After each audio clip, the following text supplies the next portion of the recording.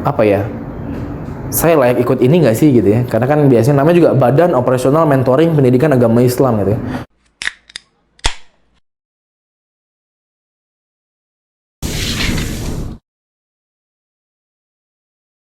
Assalamualaikum warahmatullahi wabarakatuh.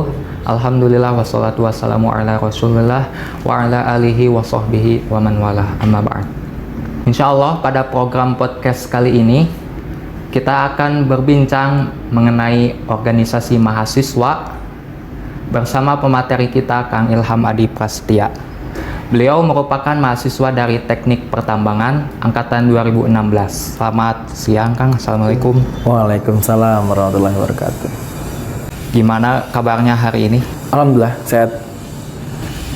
Bisa diceritakan terlebih dahulu pengalaman Akang sewaktu menjadi mahasiswa itu bagaimana? Oke. Ini sedikit cerita ya, nostalgia mungkin ya. Dulu waktu jadi mahasiswa tentunya seru ya, apalagi merasakan fase di mana harus memangkas rambut. Botak-botakan ya, rame-rame gitu, karena kebetulan saya di teknik juga. Itu kebijakan dari fakultas kan? Betul. Kalau kata dosen saya sih biar ini ya, menyerap ilmunya lebih mudah. Kenapa coba?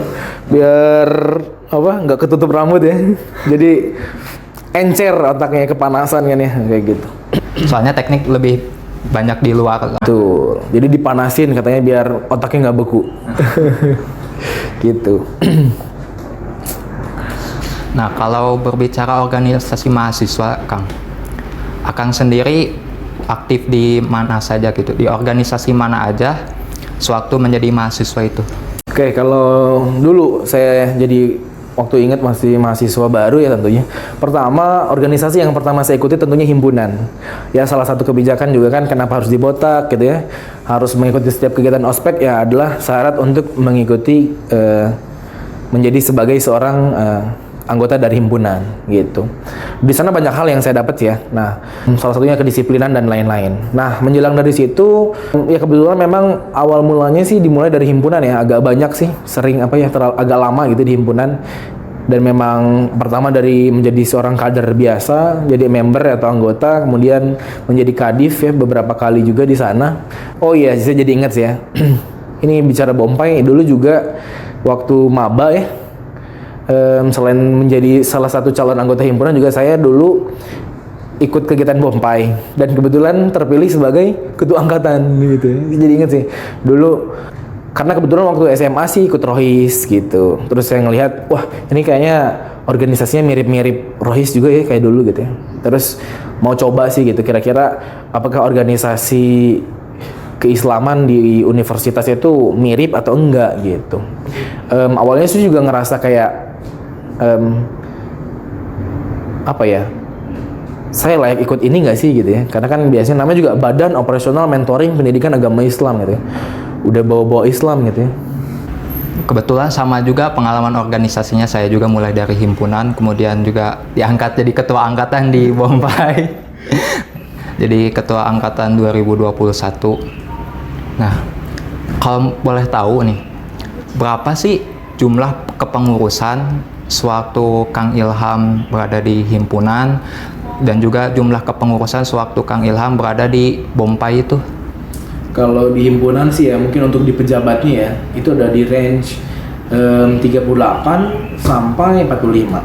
Kalau di Bompai memang agak cukup banyak ya karena memang lingkupnya itu kampus ya.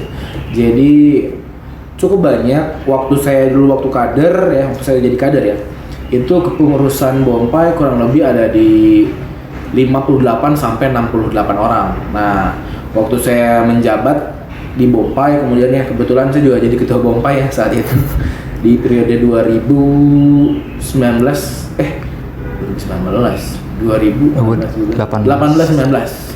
Di periode 2018-2019 saat itu jumlah kepengurusan di awal kepengurusan itu kurang lebih 64 ya.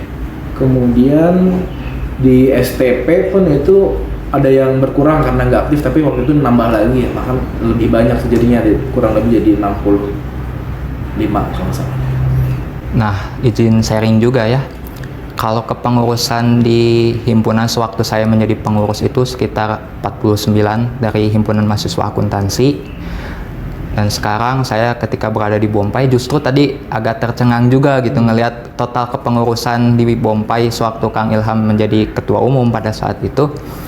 Dan jumlah yang sekarang ini hanya 50%-nya gitu.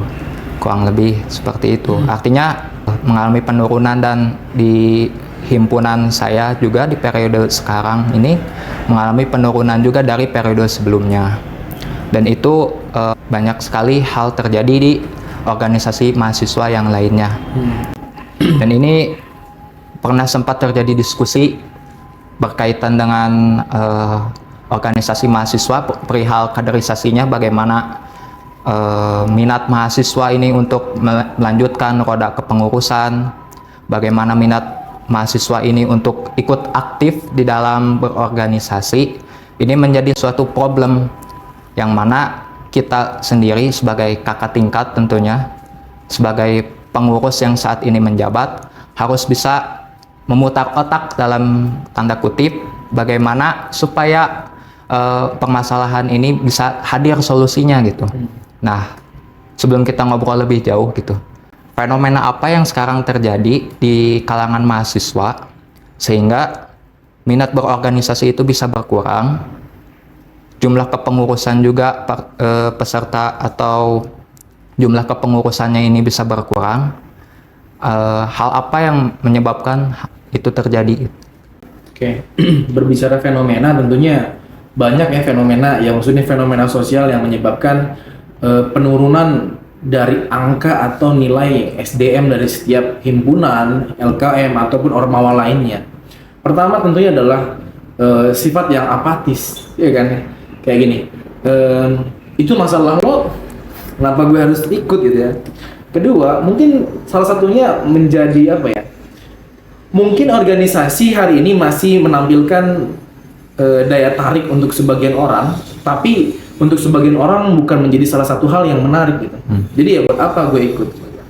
Kemudian teman-teman, sekarang itu kan lagi banyak fenomena-fenomena di mana ya YouTube, Instagram, TikTok ya, orang-orang itu flexing ya harta yang banyak gitu ya. Itu kan menjadi salah satu permasalahan yang menyebabkan manusia atau mahasiswa ini bersifat oportunis. Ya kan? Ini. Pertama, dalam satu hal, ketika kita mengikuti organisasi, kita nggak dibayar. Ya, malah kita yang membayar. Betul. Karena harus udah kita ada uang kas, betul, belum lagi kepanitiaan. Betul. Bayar baju mungkin ya. Bayar baju. Iya. Udah mau waktu, tenaga, uang juga harus keluar. Betul, selain itu kita juga harus bayar kuliah kan ya. Iya. Nah, ini kan menjadi hal yang sangat menarik di sini ya. Nah, hal ini terjadi bisa jadi satu, organisasi tidak melakukan riset ya atau melakukan pengembangan terkait dengan apa yang harus dilakukan sehingga daya tarik organisasi ini tetap menarik. Mungkin ada beberapa hal yang harus dirubah sehingga yang menyebabkan mahasiswa baru atau mahasiswa lama ini menjadi tertarik pada organisasi. Nah, sebenarnya gini menarik, ada hal yang bisa menjawab permasalahan kaum oportunis ya sebenarnya. Pertama, yang saya yakinin materi itu nggak selalu bentuk uang, ya. Sebenarnya banyak orang ketika harus melakukan sesuatu tuh harus dapat duit gitu ya, atau apa kayak gitu ya. Sebenarnya yang saya rasakan gitu ya, materi itu nggak dalam bentuk uang. Pertama, pengalaman apa? Banyak hal misalnya. Kedua, azan. Yang saya pahami materi itu kan nggak selalu bentuk uang. Yang pertama, pengalaman gitu kan. Dimana kita bisa belajar banyak hal ketika kita melakukan hal-hal baru ya ketika kita berorganisasi, entah itu jadi kepanitiaan ya kan ya. Salah satu hal yang mahal sebenarnya dalam organisasi adalah ya sepakat lah ya pengalaman, tapi basically yang paling mahal adalah informasi. Nah, kalau dari Bang Ilham sendiri, pengalaman atau benefit yang tadi disebutkan itu dapat gak kira-kira sewaktu menjadi mahasiswa dengan mengikuti organisasi-organisasi yang Kang Ilham ikuti? Oke. Pertama ya mungkin berbicara benefit ya terasa lah, maksudnya terasa banget ketika saya mengikuti organisasi. Dan justru dulu waktu saya jadi mahasiswa, saya itu sampai dinobatkan sebagai juru ahli presentasi. Saking mungkin terlalu banyak diberikan kesempatan untuk berbicara ketika berorganisasi ya, berdiskusi gitu ya. Karena memang gini, ketika kita melakukan presentasi di kelas tentunya banyak banget bahasan yang terbatas ya. Tapi ketika berorganisasi, diskusi apapun akan menjadi hal yang bisa dilakukan gitu ketika berorganisasi gitu.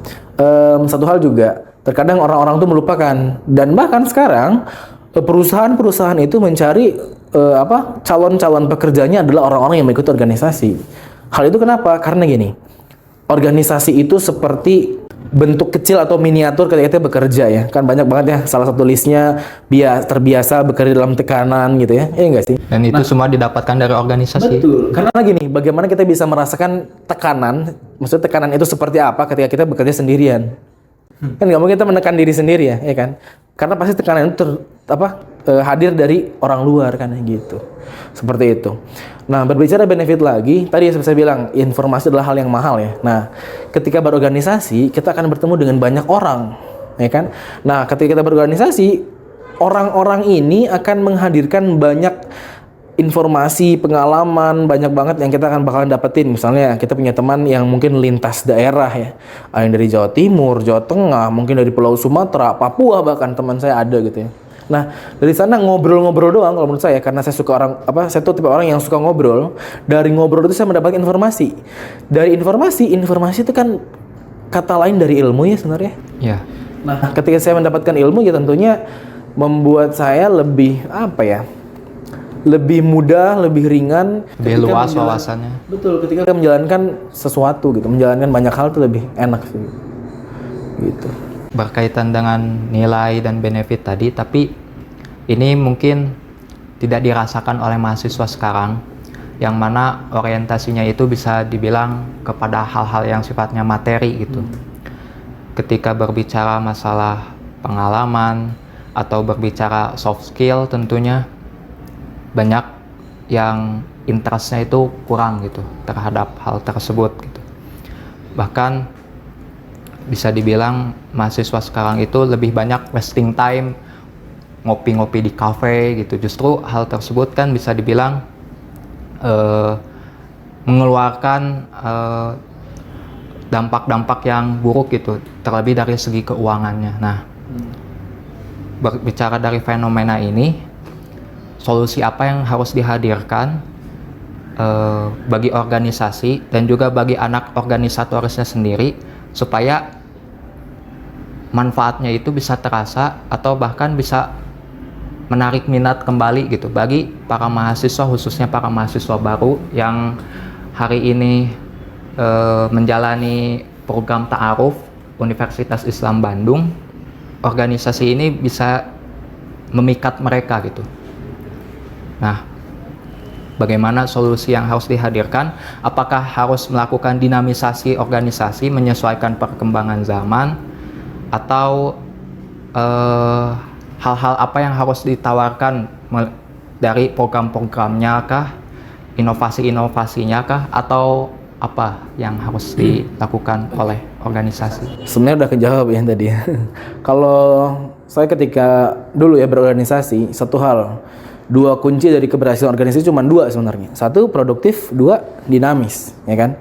Nah, berbicara tentang tadi permasalahan, sekarang tuh banyak banget anak-anak muda yang lebih senang ngopi gitu ya. Nah, sekarang gini, perbedaan orang yang organisasi sama nggak organisasi hari ini, itu sebenarnya perbedaannya cuma ada di apa yang mereka obrolin aja, ya kan?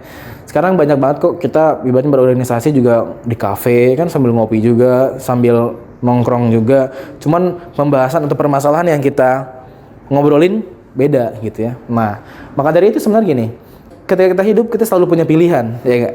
Ngobrolin hal yang sia-sia atau ngobrolin hal-hal yang mungkin bisa meningkatkan value dari diri kita, ya kan? Hal ini mungkin saya nggak bisa jelasin karena memang sifatnya nggak terlihat ya, karena tadi non materi tadi. Cuman memang harus dilakukan oleh maba adalah mengikuti organisasi itu gitu. Supaya apa? Rasain sendiri dan kamu baru bisa memberikan komentar. Bener nggak sih organisasi itu membangun? Bener nggak sih organisasi itu memberikan dampak yang baik buat diri kamu gitu? Karena kalau misalnya kamu hanya sekedar melihat, mendengar, tentunya kamu nggak akan bisa ya merasakan hal tersebut gitu.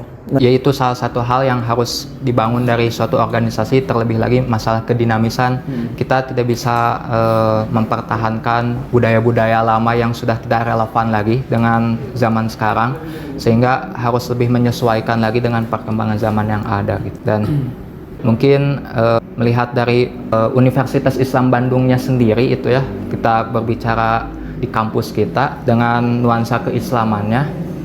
Nah, apa peranan BOMPAI itu sendiri melihat fenomena-fenomena yang terjadi dari mahasiswa sekarang ini? Ini sebenarnya kalau menjadi bahasan tuh bahasan yang cukup panjang ya, karena kita akan membahas Islam di dalamnya. Tapi di sini mungkin saya akan membahas terkait dengan apa peranan BOMPAI ya kan ya, dengan mahasiswa atau kampus Universitas Islam Bandung itu sendiri. Pertama gini, BOMPAI yang merupakan singkatan dari Badan Operasional Mentoring Pendidikan Agama Islam merupakan salah satu tim ses sebenarnya, tim sukses untuk kampus, untuk mencapai ya hal-hal yang mungkin memang harus dicapai oleh kampus, diturunkanlah ke BOMPAI gitu. Kenapa? Karena begini, menyandang gelar Universitas Islam Bandung, harusnya mahasiswa yang paling islami di lingkup Taman Sari ini harusnya Unisba, ya kan? Tapi kan ternyata kondisinya masih banyak PR di dalamnya. Nah, maka dari itu ini berbicara apa ya? Di luar ketidaksempurnaan tentunya ada proses ya nggak sih? Karena yang masuk, yang daftar ke Unisba tentunya berbagai macam kalangan, latar belakang gitu ya. Dan bahkan saya pernah dapat informasi yang masuk ke Unisba itu adalah mualaf, gitu kan? Artinya kan gimana caranya kampus ataupun ya badan terkait bisa menjadikan hal ini salah satu PR dan tentunya menyelesaikannya. Nah, BOMPAI hadir untuk menyelesaikan beberapa permasalahan hal tersebut. Tentunya dalam hal ini BOMPAI itu fokus kepada satu BTAQ-nya, baca tulis Al-Quran, sehingga nanti BOMPAI akan menjadi mentor-mentor yang siap membersamai para mahasiswa baru untuk belajar Al-Quran tentunya. Berbicara Al-Quran bukan hanya sekedar baca alif ba ta sa ya tentunya. Di dalamnya ada, kalau mungkin kita sebagai orang Indonesia kita bisa baca terjemahannya, yang tentunya hal yang diterjemahkan atau yang berada dalam Al-Quran adalah hal-hal yang bisa menjadikan hidup kita lebih teratur. Karena sebagaimana Al-Quran sendiri sebagai artinya ya petunjuk ya, harusnya bisa buat diri kita lebih teratur, memahami banyak hal dan tentunya membuat diri kita terjaga agar tidak melampaui batas. Nah, tujuan besar adanya BOMPAI adalah memberantas buta huruf Al-Quran itu sendiri. Dari situ juga kita belajar ya, jadi manusia yang bermanfaat kan ya. Sebagaimana hadisnya mengatakan, khairukum man ta'allama Al-Quran wa 'allamah. Sebaik-baik kamu adalah yang belajar dan mengajarkan Al-Quran. Artinya kan di sana kita belajar dan mengajarkan Al-Quran. Hal ini tentunya akan dimaknai berbeda sama orang-orang yang mungkin belum menganggap Al-Quran penting sih ya, gitu. Karena masih banyak orang yang Islam KTP, Muslim tapi tidak sholat ya, Muslim tapi tidak tahu agamanya. Hal ini sebenarnya udah dibahas ya, maksudnya firman Allah sendiri yang pertama itu kan Iqra ya, disuruh baca, disuruh belajar. Sebenarnya hal yang harus dilakukan ketika kita tahu diri kita nggak mampu, diri kita nggak tahu adalah ya belajar, gitu. Maka dari itu ya, untuk mempermudah prosesi belajar itu sendiri, BOMPAI hadir memfasilitasi pembelajaran tersebut gitu. Nih kalau berbicara di pembahasan awal berkaitan dengan sikap apatisme mahasiswa, ini kalau kita bahas dari dua perspektif, dari perspektif peran dan fungsi mahasiswa itu sendiri jelas bertentangan. Yang kedua, dari segi perspektif seorang muslim juga jelas bertentangan. Dari segi perspektif peran dan fungsi mahasiswa itu sendiri, mahasiswa itu dituntut sebagai social control, sebagai agent of change. Artinya fenomena yang terjadi ini harus disadari oleh mahasiswa, dan segala hal yang buruk yang terjadi itu harus dirubah oleh seorang mahasiswa untuk menuju ke perubahan yang lebih baik. Dari segi aspek seorang muslim itu dituntut untuk amar ma'ruf nahi mungkar. Man ara minkum munkaro falyughayyirhu biyadihi, kan? Apabila kamu melihat kemungkaran, maka rubahlah dengan tangan. Apabila tidak sanggup, makalah dengan perkataan. Dan apabila tidak sanggup, maka dengan hati, dan itulah selemah-lemahnya iman gitu. Ini jelas sikap apatisme ini bertentangan gitu, dan sebagai seorang LDK itu wajib memiliki sikap awareness atau sadar atau peduli dengan lingkungan sekitar. Nah, setelah tumbuh kepedulian dari seorang aktivis lembaga dakwah kampus tentunya, atau teman-teman mahasiswa baru juga yang mungkin berasal dari lembaga dakwah di sekolahnya masing-masing atau di pesantrennya, entah itu rohis ataupun apapun itu, tentunya akan bertanya gitu, cara yang paling efektif untuk berdakwah dalam tanda kutip, atau cara yang efektif supaya kita ini menjadi agent of change di sekitar kita, supaya apa yang kita lakukan ini diterima, itu bagaimana caranya gitu. Berbicara dampak yang besar ya, dampak yang besar atau perubahan yang besar tidak akan mungkin hadir tanpa ikhtiar. Nah, ikhtiar ini dilakukan ya sebenarnya banyak orang yang terpaku kepada bentuk ikhtiar atau usaha ya, harus gede dulu gitu, baru pasti akan merubah banyak hal gitu. Ini mengkaitkan dengan tentang apatis tadi ya, agen perubahan. Kemudian juga sebenarnya dalam Islam sendiri manusia itu atau hamba Allah itu dituntut untuk produktif. Salah satu bentuknya adalah kita sholat 5 waktu ya. Belum lagi pilihan ibadah-ibadah sunnah yang variatif, yang banyak banget, yang boleh banget kita pilih yang mana aja. Artinya ya kita tuh nggak boleh bosen, boring ya, apalagi futur ya. Nah, kira-kira apa aja sih yang bisa kita lakukan? Yang pertama, tentunya memperbaiki diri sendiri dulu sih. Kalau kata Hasan Al-Banna, dengan kita memperbaiki diri kita sendiri, sebenarnya kita sedang menginvestasi perubahan. Bisa jadi ketika kita memampukan diri kita sendiri, menambah pengetahuan, wawasan ataupun skill ya yang mungkin kita bisa atau kita kuasai, yang tentunya ke depan akan membantu banyak orang, gitu ya, kayak gitu. Seperti hal yang pernah saya dengar, seorang pemuda ingin merubah negaranya. Setelah dia coba untuk merubah negaranya, menghabiskan banyak waktu dan effort, ternyata sulit. Akhirnya ya udahlah turunin. Dia berpikir untuk merubah daerahnya. Setelah dicoba sama, masih sulit juga. Kemudian yaudah deh, kecamatan saya coba rubah, ternyata sama, masih sulit juga gitu. Dari kecamatan ke RW, ke RT, hingga akhirnya sekeluarga, dia kembali untuk mencoba memperbaiki keluarganya, ternyata masih sulit. Hingga akhirnya di usianya yang mungkin udah nggak muda lagi, akhirnya dia memfokuskan untuk memperbaiki dirinya.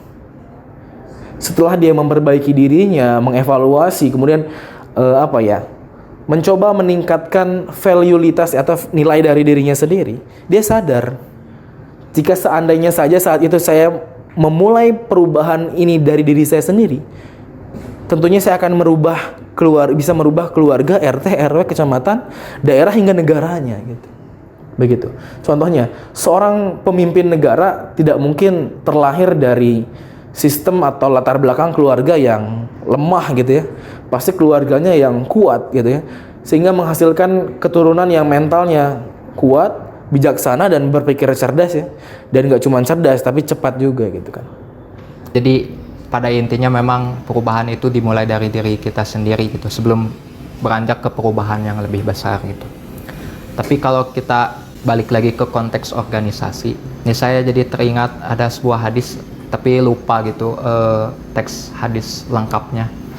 Kalau misalkan setan itu akan menerkam domba atau keledai yang mana jauh dari rombongannya gitu. Ketika jauh dari rombongannya pasti akan diterka oleh binatang buas gitu. Ini jadi mengingatkan saya tentang makna atau fungsi dari organisasi itu untuk menguatkan tadi jiwa kebaikan-kebaikan yang ada di diri kita untuk menjadi agen perubahan, menjadi social control seperti itu. Itu hadir dari organisasi gitu. Karena kita tidak bisa mewujudkan agent of change, social control, dan hal-hal yang lainnya yang mana akan berdampak pada lingkungan sekitar tanpa sebuah organisasi. Saya jadi keingetan nih Kang. Manusia itu kan sebenarnya dibentuk dari apa yang dia baca, apa yang dia dengar ya, dan apa yang dia diskusikan ya sebenarnya. Artinya ketika kita ingin menjadi manusia yang sukses, maka kita harus sering berbicara, mendengarkan, membaca hal-hal yang memang mengantarkan kita kepada kesuksesan itu gitu. Nah, salah satu hal yang tadi ya, ketika kita bisa menghadirkan sebuah perubahan sendirian, bagaimana apabila kita menghadirkan perubahan dengan organisasi ya, dengan kelompok gitu ya. Tentunya perubahan yang akan hadir adalah perubahan yang lebih masif ya, lebih besar, lebih luas gitu ya. Kayak gitu. Belum lagi gini, ini berbicara tentang apa ya, kesendirian tadi ya mungkin ya. Ternyata ketika kita sendiri, kita lebih banyak malesnya, ya kan? Karena nggak ada dorongan gitu, nggak ada apa ya, Nggak ada support sistemnya. betul, tidak ada support system. Kemudian juga nggak ada yang mengingatkan kita gitu ya. Sebagaimana memang sifat iman itu fluktuatif, yang naik turun. Bisa jadi hari ini iman kita tinggi, semua buku dibaca gitu ya, amalan yomi semua dikerjain gitu ya, semua sunnah-sunnah dikerjain. Tapi bisa jadi suatu ketika kita down, turun, yang mungkin yang kita kerjain cuma amalan wajibnya aja. Nah, disitulah fungsi teman ya, atau lingkup organisasi untuk menguatkan lah begitu ya. Satu hal lagi yang saya kerasa ya gini, ketika kita membicarakan sebuah perubahan bersama orang-orang yang mengikhtiarkan perubahan, tentunya perubahan yang dibicarakan bukan hanya sekedar pembicaraan, tapi menjadi aksi nyata ya, dengan strateginya, dengan langkah-langkahnya, yang tentunya sedikit demi sedikit kita akan berjalan kepada perubahan itu sendiri. Dan itu tidak bisa dilakukan atau sulit dilakukan kalau kita sendirian. Betul, sepakat. Gitu. Sendiri mungkin lebih cepat, tapi ya rapuh gitu ya. Tapi beramai-ramai mungkin akan lebih lambat, tapi lambatnya itu menghadirkan suatu hal yang konkret, nyata, dan terlihat gitu. Sama seperti ibaratnya banyak perumpamaan yang menganalogikan itu seperti lidi ya. Satu lidi sangat mudah dipatahkan, tapi banyak lidi sangat sulit untuk dipatahkan. Sama seperti itu. Begitu. Makanya salah satu hal pertimbangan yang ketika kita udah mulai tertarik kepada organisasi, kita juga harus mempertimbangkan organisasi yang akan kita ikut sertai ya. Apakah organisasi yang bisa tadi mengantarkan kita kepada kesuksesan, atau justru malahan organisasi yang membuat kita lambat berjalan gitu. Kembali lagi sih gitu. Dan berbicara berkaitan dengan organisasi, alhamdulillah kita juga di Badan Operasional Mentoring Pendidikan Agama Islam sedang melakukan open recruitment untuk kader Bompai angkatan 2023, dan juga bagi mahasiswa-mahasiswa lain angkatan 2022, 2021, dan 2020 pun masih bisa mendaftar di open recruitment ini untuk menjadi bagian dari keluarga Bompai. Berarti nggak ada kata terlambat ya? Kata terlambat. Insya Allah banyak sekali hal-hal yang akan kita dapatkan gitu berkaitan dengan kegiatan-kegiatannya, yang pastinya ada kegiatan yang pada intinya mentoring, Kang. Ini berkaitan dengan peningkatan bacaan Al-Quran. Di Bompai ini merupakan agenda yang memang menjadi ciri khas dari Bompai itu sendiri itu. Di samping dengan kajiannya, kemudian juga ada pelatika dakwah dan lain sebagainya, dan itu menjadi nilai positif buat organisasi dari Bompai itu sendiri itu. Tapi yang saya rasain juga ya memang Badan Operasional Mentoring Pendidikan Agama Islam ini kita berbicara mentoring ya, meningkatkan kemampuan diri kita khususnya kepada Al-Quran.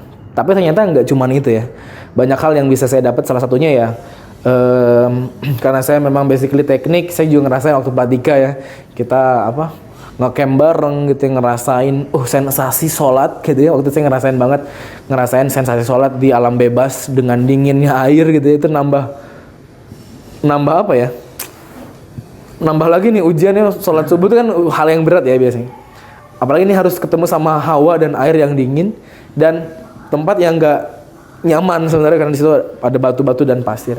Tapi di situ mengajarkan saya untuk ternyata perjuangan itu memang tidak selalu berada di jalan yang mulus, kondisi yang nyaman, dan momen yang sesuai dengan kehendak kita. Ada quotes yang bilang gini, jangan merendah karena dunia terlalu kuat gitu. Karena dunia tidak akan pernah mengalah mengikut alur dari kesiapan kita. Tugas kita sebagai seorang manusia, apalagi muslim, adalah kita harus siap, bersiap dan bersiap gitu. Karena kita nggak pernah tahu akan bertemu dengan apa. Nah, salah satu hal yang menurut saya memasifkan persiapan saya adalah dengan gabung di Bompai sih gitu ya. Ya berapa tahunnya saya di Bompai ya? Lebih dari 3-4 tahun ya mungkin ya. Dari awal mahasiswa baru kan sampai lulus. Dari awal mahasiswa baru sampai lulus saya aktif di Bompai. Dengan berbagai kondisi yang berubah-ubah tentunya.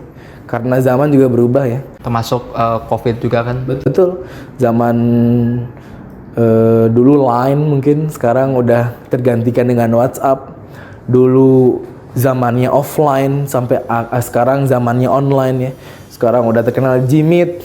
Yang dulu rapat itu offline gitu. Rapat itu ya di sekitar masjid. Di pelataran, kita harus ya ke kafe mungkin ya. Kalau sekarang cukup buka mata, buka laptop, nyalain ya. Tentunya on cam, kita bisa membahas banyak hal dari jarak jauhnya gitu.